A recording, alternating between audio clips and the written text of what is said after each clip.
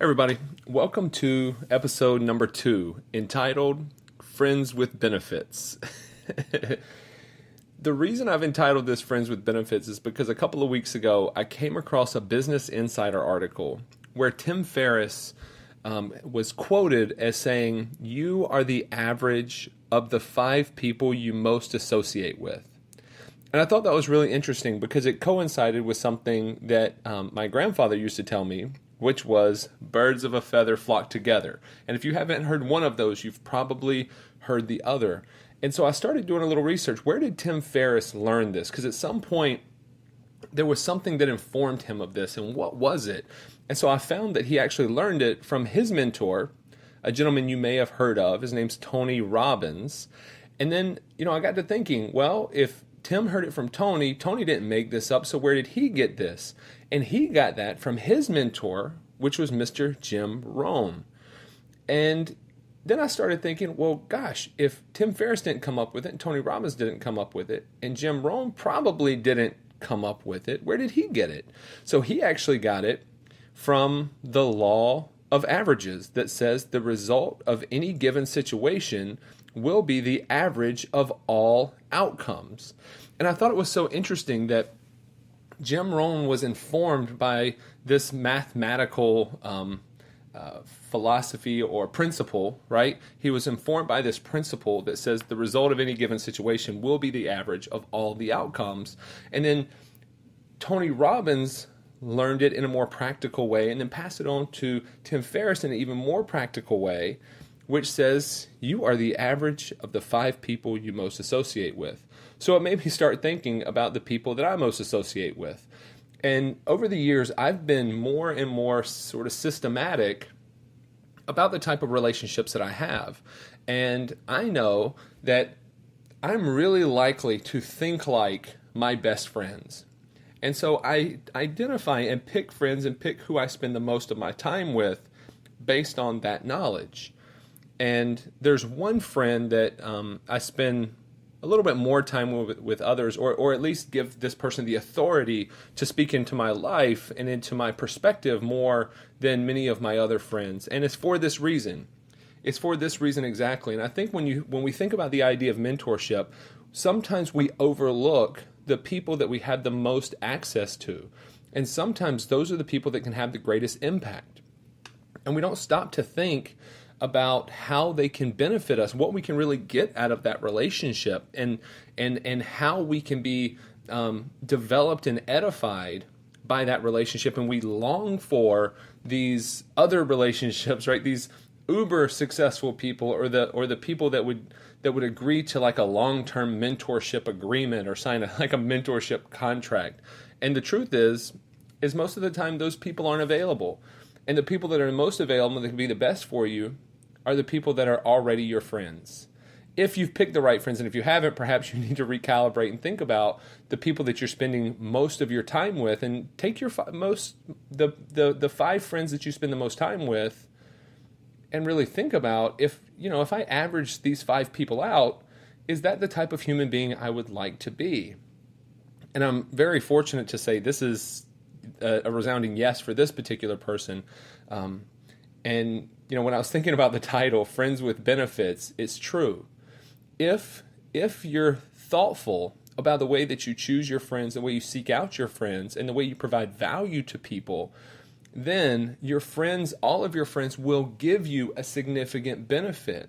They will be able to help you not only to get ahead, but they'll also help shape your perspective.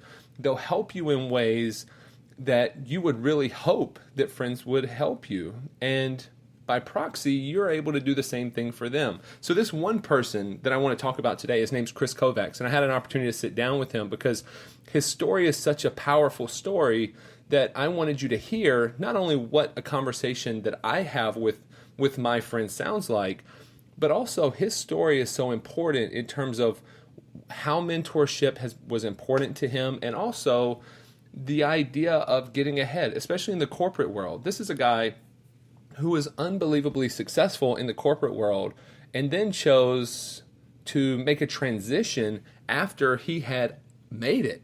And I would encourage you to really listen to this. And as we talk, we talk about things like hustle and hard work and being in the right place in the right time, being prepared for the opportunity that you're going to get. We quote some rap lyrics, and so we have a lot of fun. And this is really representative of a conversation the types of conversations we have. And so I would encourage you to think about this in a couple of different ways. Number one is really listen to his story and how do the things he did to be successful, how can you apply those same principles or those things, ideas to your life and to your development, to your journey. And also listen to how little I try to talk. Now, I'm a talker. I wouldn't have a podcast if I wasn't a talker. But when it's time to listen, it's time to listen. And so I do my best to keep my mouth shut throughout this interview so that you can hear from Kris and hear this amazing story that he has. And so I hope this week that you enjoy this idea, this interview with Mr. Kris Kovacs. But more importantly, I hope that you take the information you get from this, go out into the world, and do something with it. Enjoy this interview, friends. All right, people, I want to introduce you to someone that I talk to all the time. This is a guy who I moved in beside back in 2009 and have developed probably, I would say, the closest relationship I have. I would consider this guy my best friend, and I think I wanted him on the podcast because I like to talk to him, and it gave us a reason to hang out. More importantly, I wanted him on the podcast because I think he has an interesting story to share and really gives us an interesting example to follow. So I'd like you to welcome Mr. Kris Kovacs. Thanks for being on the podcast, bro. Hello, everybody. The stories you really wanted me to tell are all the stories that I know about you, right? Those are, all those.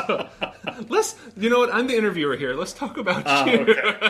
Okay. So I think we'll get to the most interesting part, but tell us how you sort of got into the business you're in. Sure. And let's just kind of start talking through the progression. Sure. So I started in the credit union business, and for those of you that don't know, credit unions were kind of like banks, but we're also like private clubs to a certain degree. We're breaking down that barrier over time, but I've been in credit unions for 25 years. I started working when I was 17 years old.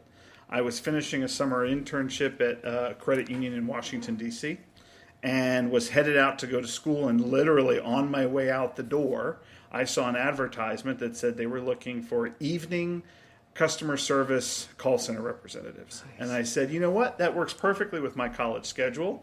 I'll go ahead and go to college during the day, and then at night I'll be a customer service representative.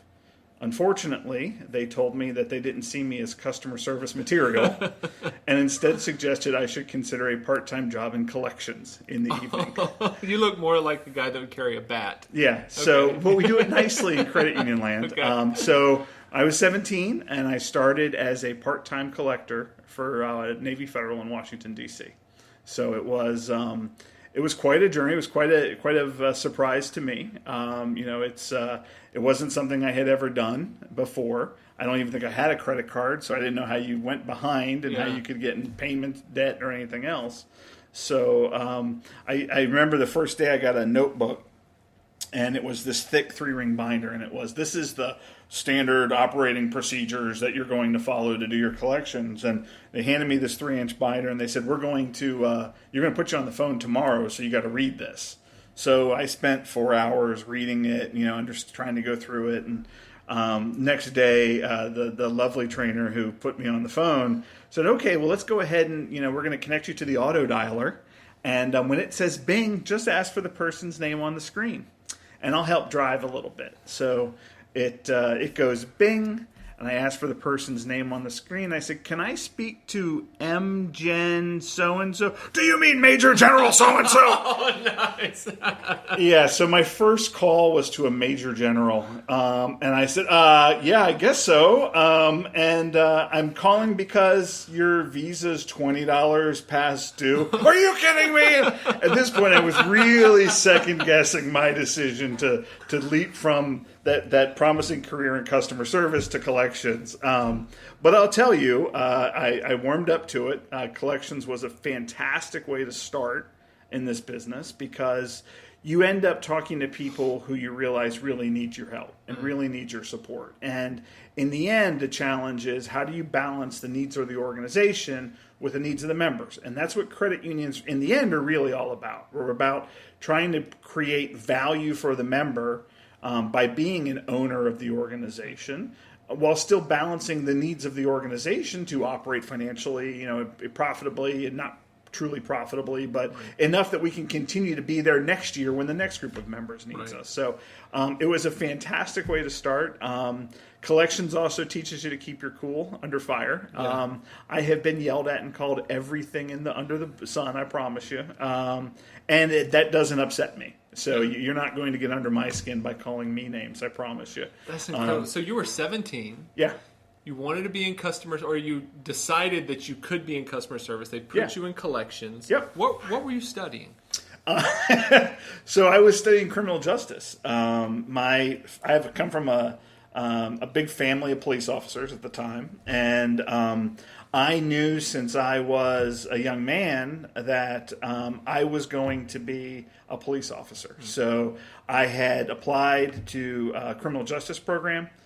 Been accepted to that, and really thought I was just clocking through my time. Just figured I was going to do this job to help pay for school. And as soon as I was 21, because in the state of Virginia you had to be 21 in order to be a police officer, and most departments required a 4-year degree at that point, I'd get my 4-year degree, and then I'd move over to the police department, and I would just enjoy a career there.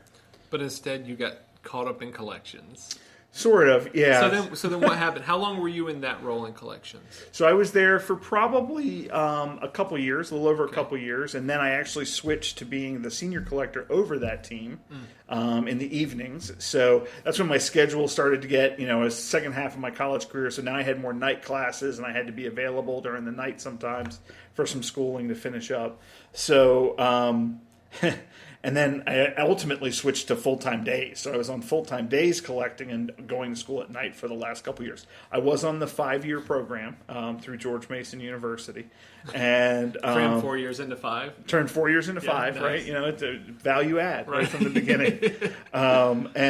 Ultimately, really was headed toward a career in law enforcement. I was excited about it. I had applied to Arlington County police officer, which Arlington County is a county right outside Washington, D.C. in Virginia, as a reserve officer. Ultimately wasn't accepted as a reserve officer because they had too many candidates. And they said, but we'd love to have you come back and go to the academy when the time is right. So I even had the job locked up at that point. Along the way, got my degree, got a phone call from them. And they said, hey, are you ready to go to the academy? And I looked at it and said, remind me what the pay scale looks like. And ultimately decided that my promising career in law enforcement was over. And that would have been at 22.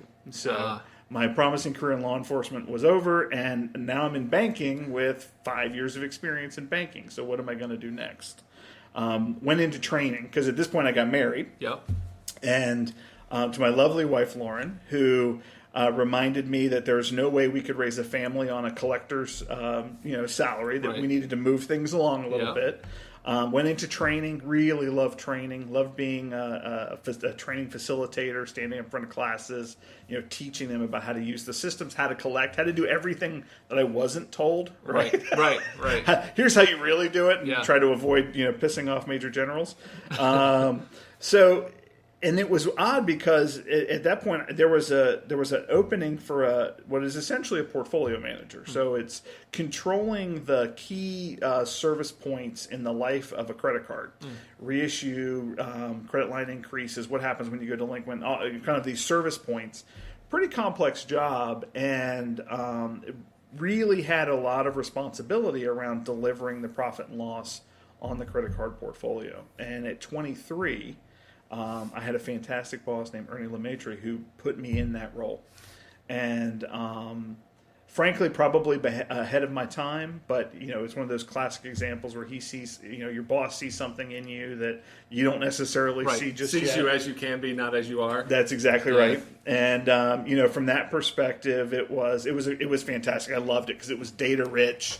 It allowed you to be creative with how you were providing services to members, and really got me involved in credit underwriting to a certain degree. A lot about credit scores in the early days. That's probably before you were born. The olden days. The olden days when credit scoring when TV Land was regular TV. Yes, right? Okay. Yes, exactly. Right. Yeah, actually, you're pretty true. You're pretty dead on. Yes. Had that, but that job was almost like a programmer. Okay. So because you were setting up a system to under certain conditions take certain actions. Well, that's a lot like programming. Yeah. And started to teach myself programming along the way. And then we had a big credit card conversion process coming, which is a big process inside of a financial institution that large, to really rip out your processing system and put in a new one, right?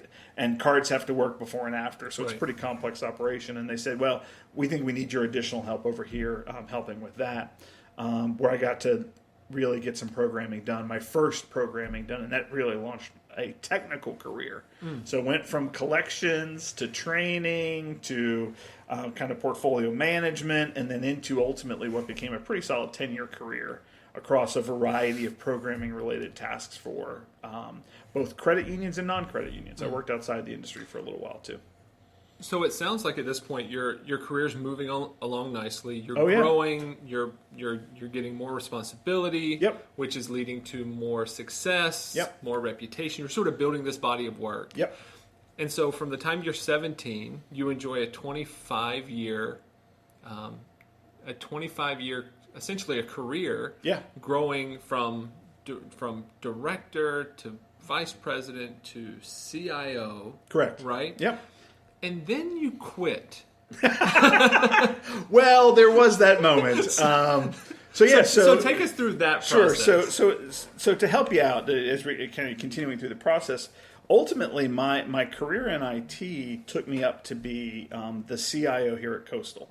And I say here because we're sitting in the building for Coastal. I was the CIO or Senior Vice President of Operations, which also had technical executive responsibilities, for the better part of 7 years. So the last 7 years of my career, I've been a C-level executive for Coastal.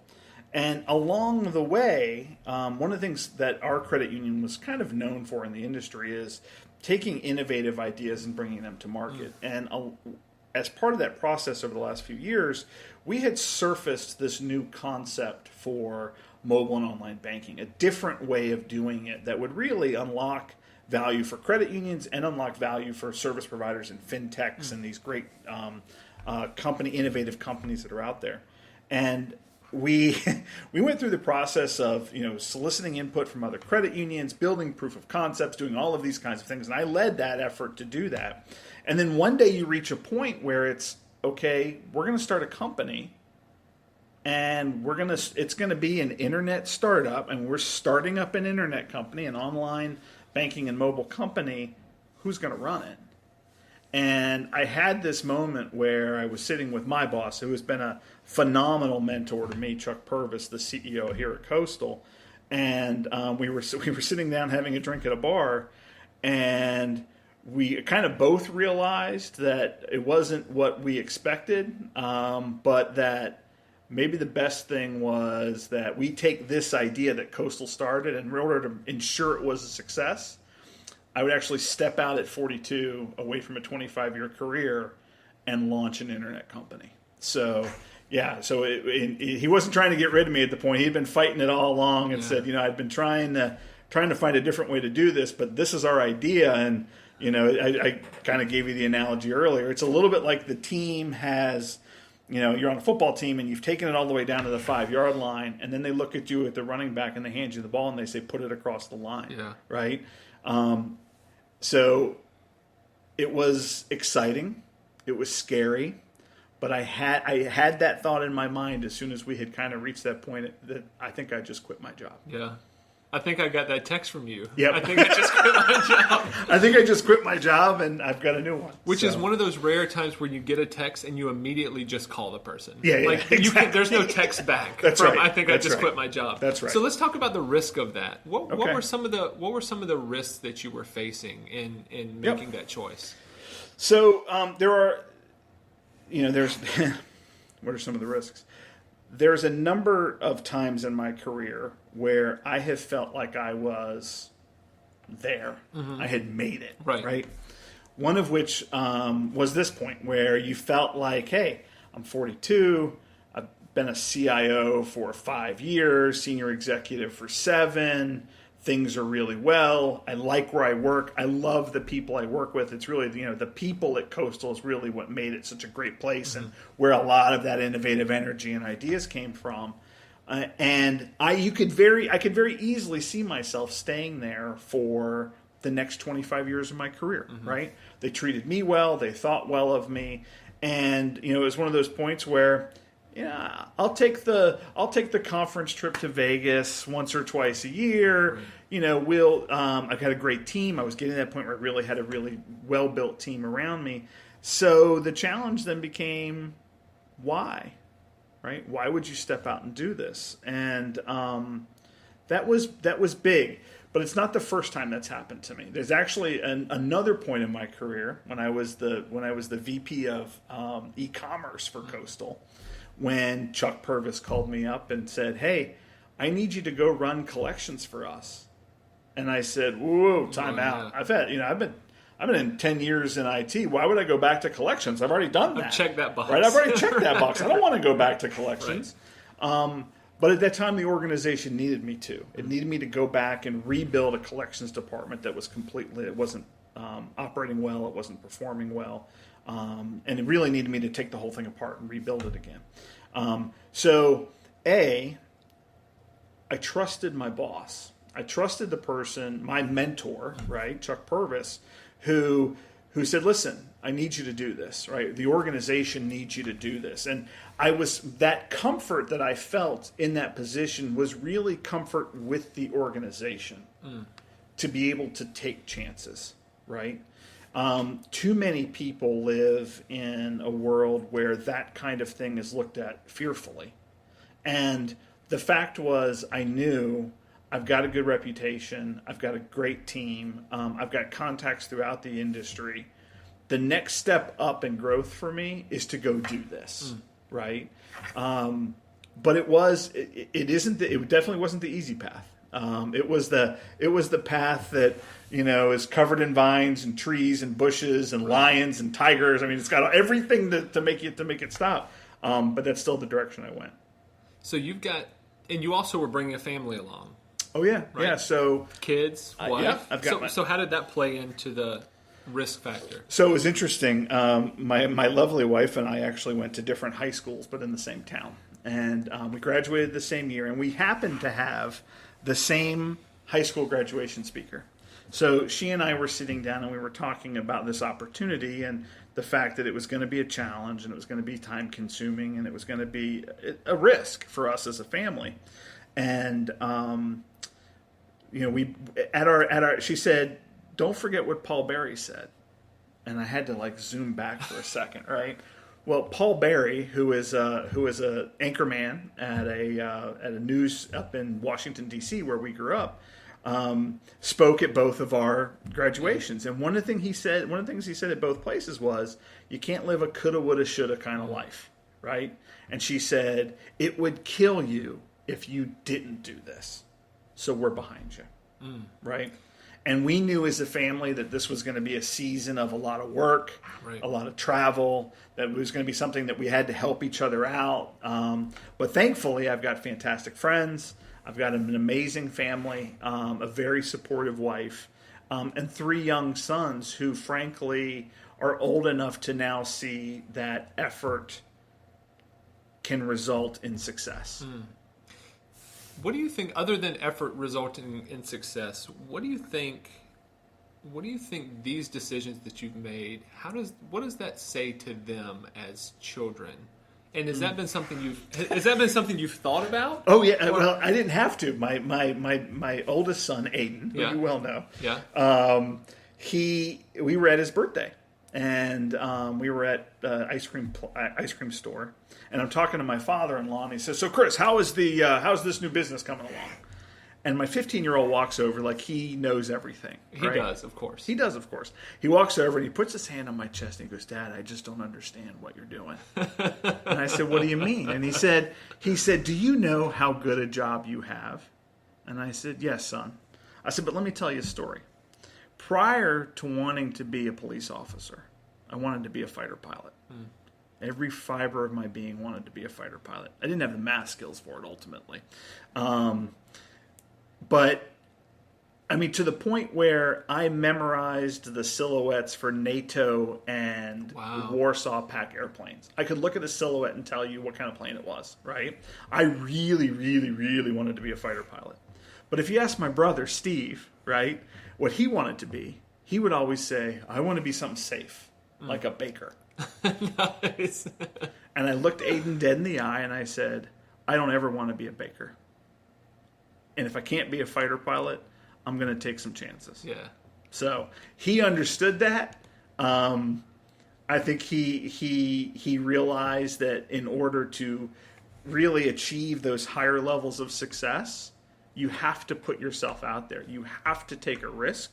You have to step out of your comfort zone. One of the things you always say, right? Yeah. That your comfort zone is someplace you can retreat to re-energize, right. But you got to get out of there, right? And in both of those circumstances I gave you, I was deep in my comfort zone. And opportunity came and shook me out of it and said, "You know what? You're only 42. You're not ready for that. Right. Step up. Do it again." Yeah. Right. And then you ended up going so far outside of your comfort zone, you couldn't even see your comfort zone anymore. Oh yeah. Where did that go? Right. Yeah, absolutely. So how do you make that? Here's something that's really incredible to me. How do you make the transition between sort of being in this corporate environment, right, this credit union environment, learning the ropes, and one of the things about becoming successful in a corporate environment is understanding how that environment works, right? And then you jump out of that into startup land, which is a completely different thing. Completely different. How have you thought about the way that you've navigated? Because it's a different way, right? Yeah, it's entirely different. So one of the things that you do, all business, you get a network, right? Mm-hmm. You build a network. And my network was credit union CEOs, credit union CIOs, credit union executives, and IT folk across the industry. That wasn't going to help the immediate need I have to start a company, right?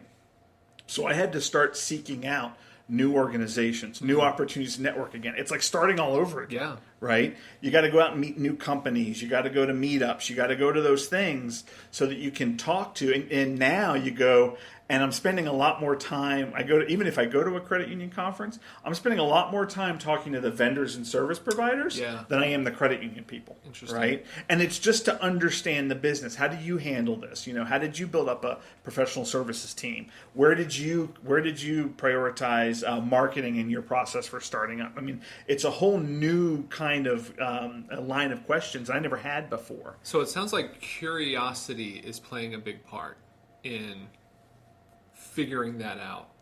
Yeah,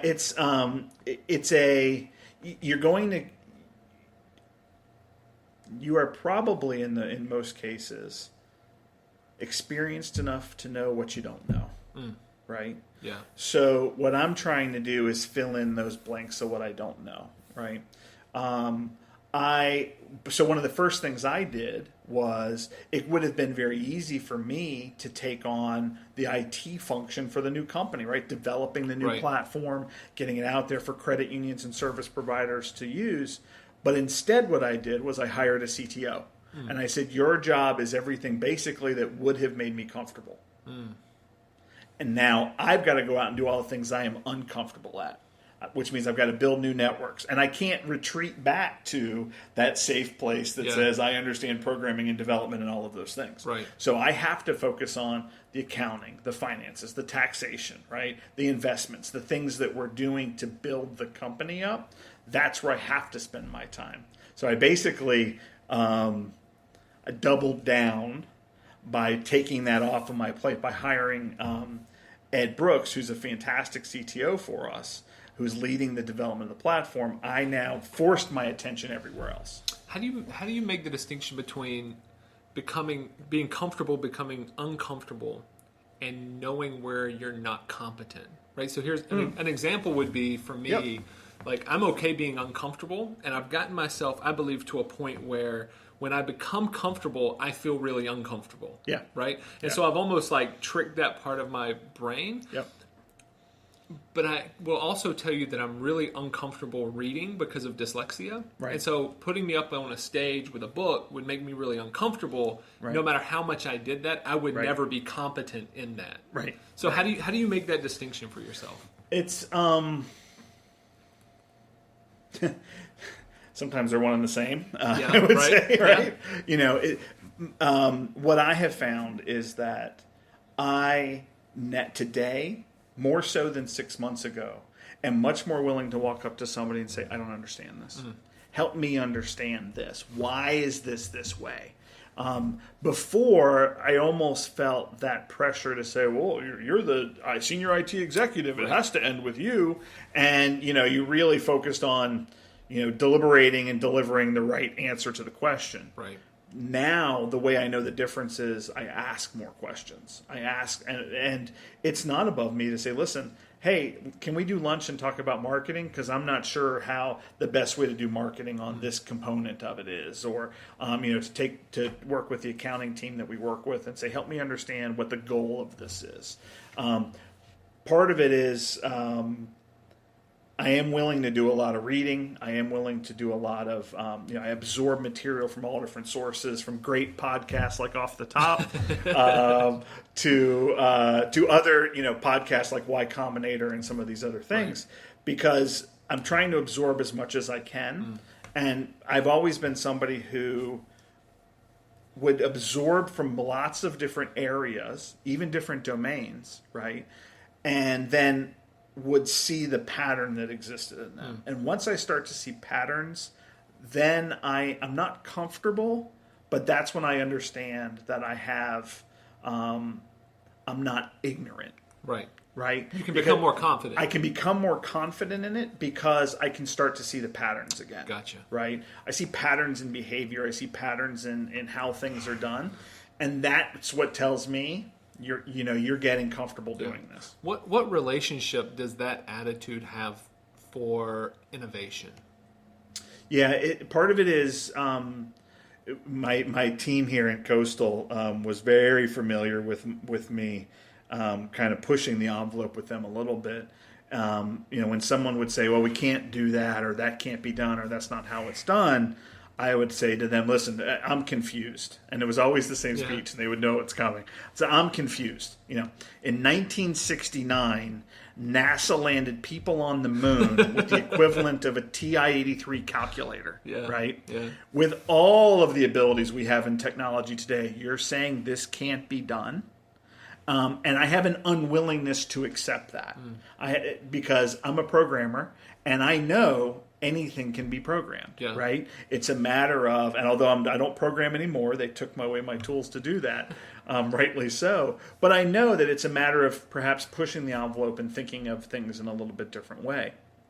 When we thought about what the Constellation Digital Platform was going to do for online and mobile banking services, the model wasn't any other mobile banking solution. It was Apple TV. And I said, wait a minute, if Apple TV can aggregate content from lots of these different media companies, why can't we aggregate content from lots of different fintechs? Yeah. Right? And once you have that mental model in place, now you can say, okay, now it's not a matter of how, or it's not a matter of can, it's a matter of how. Right. Assume it can be done. We put people on the moon in 1969, right? That's before I was born, Doug. But we put people on the moon in 1969.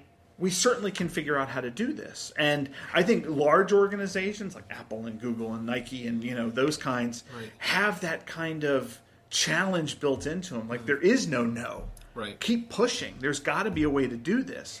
And sometimes people who are comfortable get themselves in a little bit of a rut, saying that's how it's done. That's how you got to do it.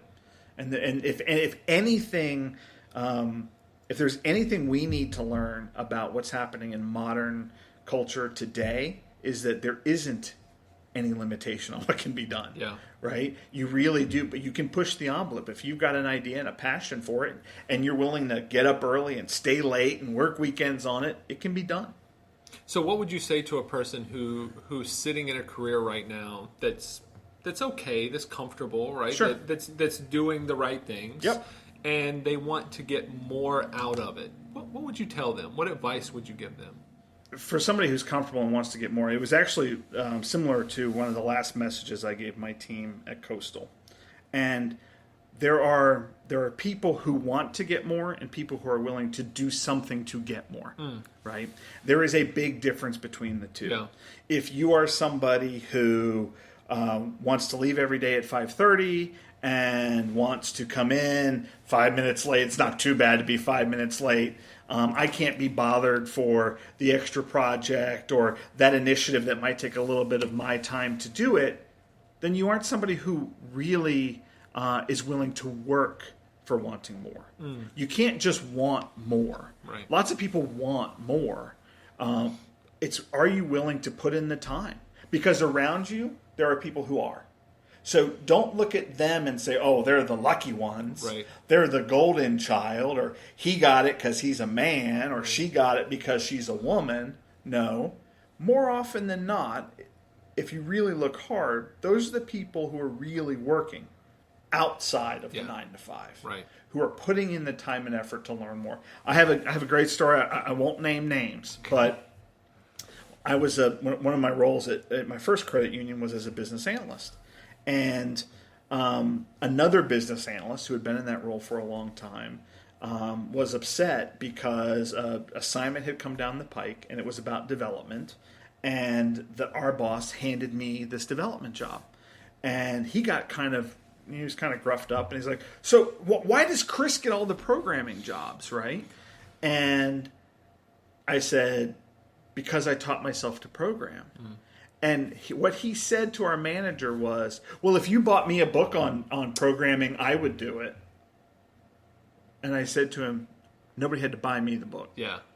I went out and bought the book myself, taught myself how to do it. Right. There is a difference between what people want and what they are willing to do to get something. What's the connection between... I feel like I keep going back to what's the connection between this attitude and this thing? But I can't help it because I'm seeing this connection. Yep. What do you see as the connection between that attitude of being willing to self-start, self-coach, self-motivate, and your relationship to Chuck Purvis, the CEO of Coastal? Oh, interesting. Chuck's been I had the opportunity to work with Chuck and for Chuck for a number of years. And frankly, I would have left a long time ago had I not had that opportunity. And I say that because he's been I'm very appreciative of the contribution he has made to my life, my family's life, as we go. He's not somebody who is ever satisfied. He is somebody who's always pushing. And if you're going to be a part of his team, if you're going to be successful, you've got to be willing to push along the way too. And he challenges himself, he challenges Coastal, he challenges the entire credit union industry sometimes. Why can't we get better, right? And he's not looking for home runs all the time. Right. Singles and doubles are fine, but you need to be hitting singles and doubles. You need to be working at it. You need to be improving yourself. He'll tell you that there's nobody who works harder or reads more than him because he's constantly learning and ingesting. And we were having a discussion today about emerging technologies, and he's talking about smart bots and all of these things that, someone who's achieved his level of success, he wouldn't need to do that. Right. But he's still learning, right? It's been a great example for me. And it fit very well with the environment I was tuned to work for. Right? Yeah. You have to find the right place when you work with somebody. Are you going to be somebody that complements each other, Are you going to be somebody that has friction and it makes it difficult to work together? In this case, it was. I think we worked very much alike. We really pushed the envelope, and in this case, I've always been willing to do that. Interesting. So it almost reminds me. So all of that really reminds me of something I heard a couple of weeks ago from Gary Vaynerchuk. Right? I love Gary. Yep. So one of the things he said was make sure that your actions map to your ambitions. Yep. Meaning, if you want something, make sure that your actions are actually mapping toward that.